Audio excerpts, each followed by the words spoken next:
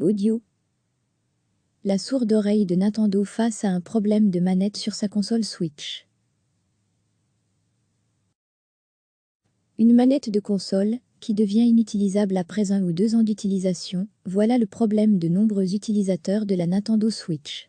Sortie en 2017, elle est la première console hybride sur le marché, c'est-à-dire qu'elle peut être utilisée comme une console portable ou de salon. La marque Nippon rencontre le succès avec ce modèle, vendu à 300 000 exemplaires en Belgique. Mais depuis plusieurs mois, de nombreux utilisateurs se plaignent d'un problème au niveau de la manette, le plus souvent la gauche. Ce souci est appelé Joy-Con Drift de par le nom du joystick posant question. Pierre-Emmanuel, utilisateur de cette console, explique: c'est comme si le point de repos des joysticks était mal calibré, ce qui peut entraîner un mouvement continuel du curseur. Cela peut paraître bénin dit comme cela, mais avec ce problème, se déplacer dans les menus devient complexe. Lorsque l'on veut sélectionner le démarrage d'un jeu par exemple, le curseur se déplace encore, et se retrouve à cliquer sur quelque chose de différent. Pour ce qui est de jouer avec ces manettes, cela devient impossible dans certains jeux. Je prends l'exemple de Zelda Breath of the Wild, où se déplacer dans le jeu est un calvaire, puisque le mouvement de caméra est continuel, et le personnage se déplace, lorsque l'on veut rester immobile. La Switch est décriée par de nombreux utilisateurs, décrite comme une console très fragile, on trouve de nombreux problèmes. Mais le principal reste le Joy-Con Drift. Aux États-Unis, la marque propose des réparations gratuites pour ce but suite à la pression provoquée par de nombreuses plaintes. Par contre, en Europe, rien n'a bougé. Le problème persiste même après un changement de manette, et les plaintes des joueurs ne changent rien. La seule option pour ces derniers, c'est finalement d'acheter une nouvelle manette. En effet, la réparation est laborieuse.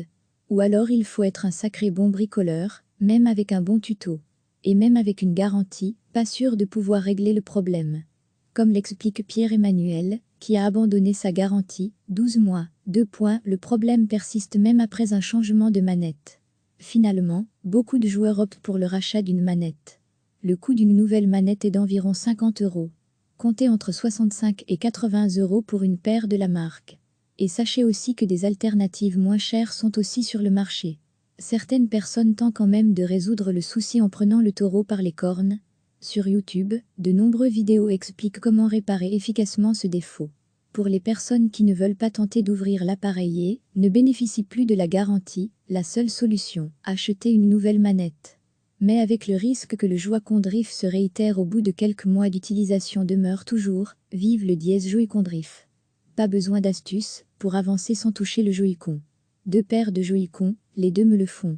Point d'interrogation, point d'interrogation, point d'interrogation, point d'interrogation, point d'interrogation, point d'interrogation, point d'interrogation, point d'interrogation, dièse Joy-Con, dièse Nintendo, dièse Nintendo Switch, dièse Pokémon Pi, bouclier, dièse bu, dièse Instagaming, dièse gaming, dièse chasse, dièse Pokéball, dièse Pokémon Sword Shield, dièse Pokémon Sword and Shield, dièse Pokémon Pied bouclier, dièse Pokémon Eb, une publication partagée par Inatasama. @HINATASAMA83, le 27 novembre 2019 à 11:47 PST. Testachat, Association belge de consommateurs, demande à Nintendo de communiquer proactivement au sujet du défaut affectant son produit et de réparer gratuitement toutes les manettes concernées.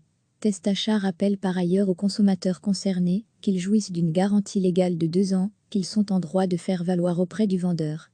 L'entreprise de jeux vidéo ne communique pas sur ce sujet.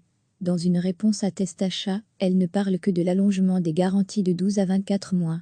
Silence radio au sujet du but de joystick, sorti en 2019, la console Switch Lite souffre du même problème. La question d'un procédé d'obsolescence est déjà épinglée en France, par l'UFC Choisir. Julie Frère, attachée de presse de Testachat, se montre critique. Le fait que ce problème n'ait pas été résolu, et continue d'apparaître, nous laisse penser qu'il est volontaire. Une fois de plus, le consommateur est poussé vers un nouveau produit, et nos déchets continuent de s'accumuler. Si l'hypothèse de cette obsolescence de fonctionnement se confirme, des plaintes pourraient être déposées. Récemment, Apple a déjà été mise à l'amende par l'État français pour obsolescence. Testachat invite toute personne qui dispose d'un produit défectueux à inscrire l'objet sur tropviteze.be. Le but est de concentrer un maximum de plaintes et de preuves pour faire pression afin de débloquer la situation. Recevez chaque matin l'essentiel de l'actualité. Cliquez sur s'abonner pour recevoir les dernières nouvelles.